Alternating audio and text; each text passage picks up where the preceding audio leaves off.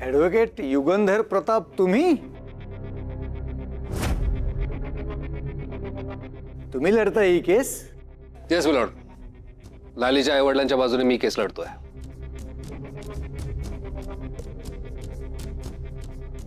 चला खटल्याला सुरुवात करा.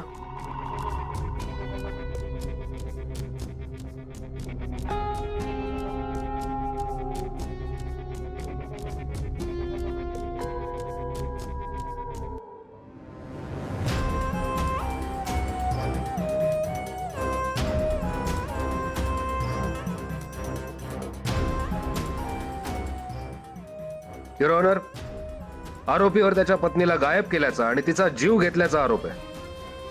तुम्हाला हे आरोप मान्य आहेत? नाही जज साहेब, मला काहीच मान्य नाहीये.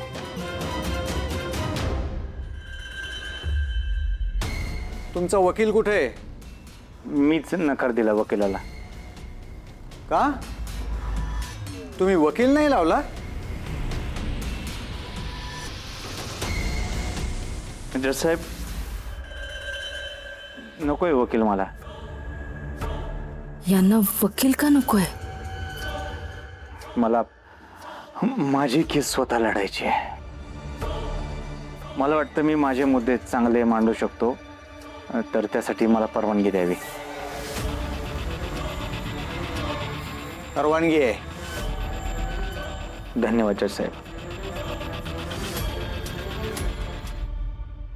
मिलॉर्ड, आरोपी गोपाळ आणि लतिकाचं लहानपणी लग्न ठरलं होतं.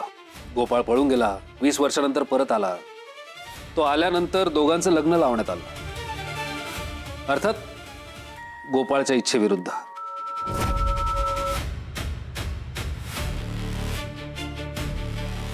मिलॉर्ड, सुरुवातीपासून लतिकाने गोपाळला आपलं सर्वस्व मानलं होतं. तिचं त्याच्यावर प्रेम होतं, पण गोपाळचं तिच्यावर अजिबात प्रेम नव्हतं.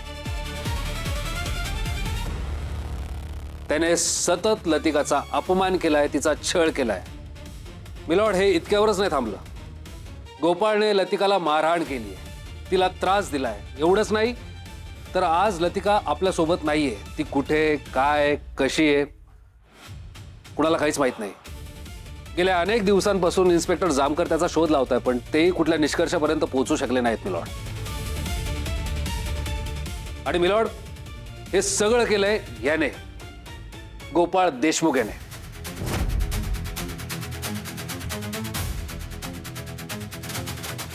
जज साहेब, याच्यावर माझा आक्षेप आहे. मी असं काही केलेलं नाहीये.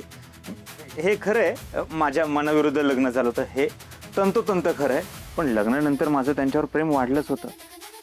खूप प्रेम करत होतो मी लग्नानंतर त्यांच्यावर. आणि वकिलांकडे काय बरं पुरावा आहे की मी माझ्या बायकोला मारझोड करायचो, त्रास द्यायचो? काय पुरावा आहे? तुम्हाला बोलायची संधी दिली जाईल, तुम्ही मध्ये मध्ये बोलू नका. युगंधर प्रताप, तुम्ही बोला. Thank you milord. मिलॉर्ड, आत्ता गोपाळ जे बोलला ते दादांत खोटं आहे, आणि हे सिद्ध करण्यासाठी मी विटनेस बॉक्समध्ये लालीच्या वडिलांना बोलवू इच्छितो. प्लीज मला परवानगी द्या. परवानगी आहे. Thank you milord.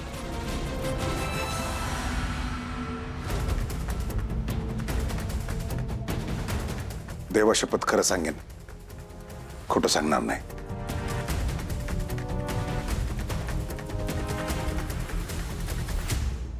नमस्कार. मला सांगा, या गोपाळचं लालीसोबत सुरुवातीचं वागणं कसं होतं? याला अजिबातच माझ्या लेकीशी लग्न करायचं नव्हतं. त्याच्या इच्छेविरुद्ध लग्न झालंय ना, म्हणून यानं माझ्या पुरीचा लई छळ केलाय.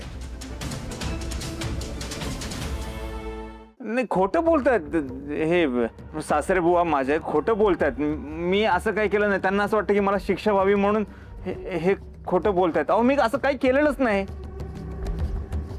हे बघा गोपाळ, ही तुम्हाला शेवटची वॉर्निंग आहे. मध्ये मध्ये बोलून तुम्ही कोर्टाचा अपमान करू नका.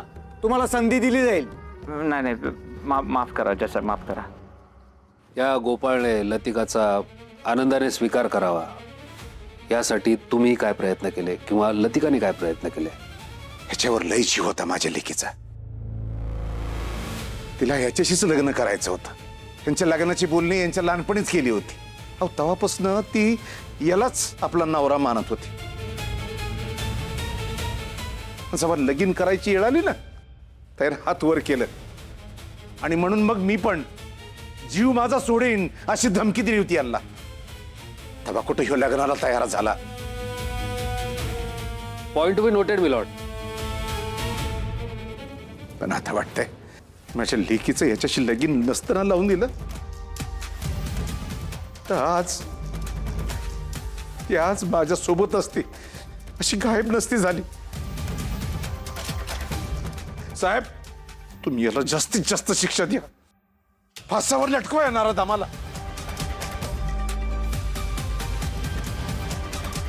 हे बघा, मी तुमच्या भावना समजू शकतो. तुम्ही प्लीज बसा. नाही, थांबा थांबा थांबा थांबा, माफ करा, थांबा. जज साहेब, म्हणजे मला सुद्धा असेच त्यांना प्रश्न विचारायचे आहेत. काय करावं लागेल त्याला?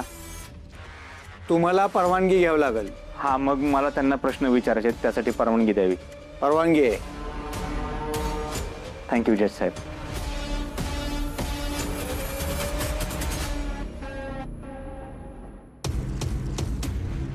सुभाषराव, मला सांगा, तुमच्या मुलीचं, लालीचं माझ्यावर म्हणजे गोपाळवर मनापासून प्रेम होतं, हे खरं आहे का? हो. बरं. तुमची बायको म्हणजे लालीची आई मध्यंतरी लय आजारी होती.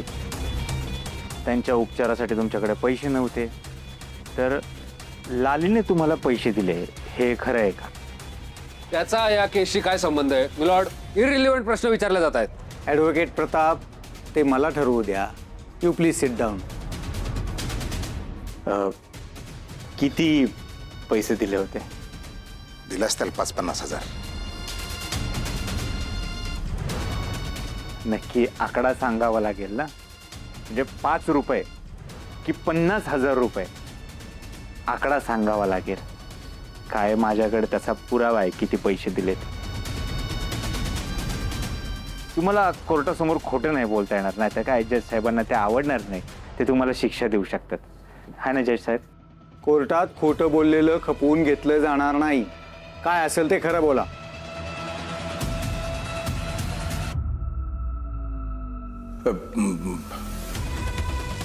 5 लाख रुपये.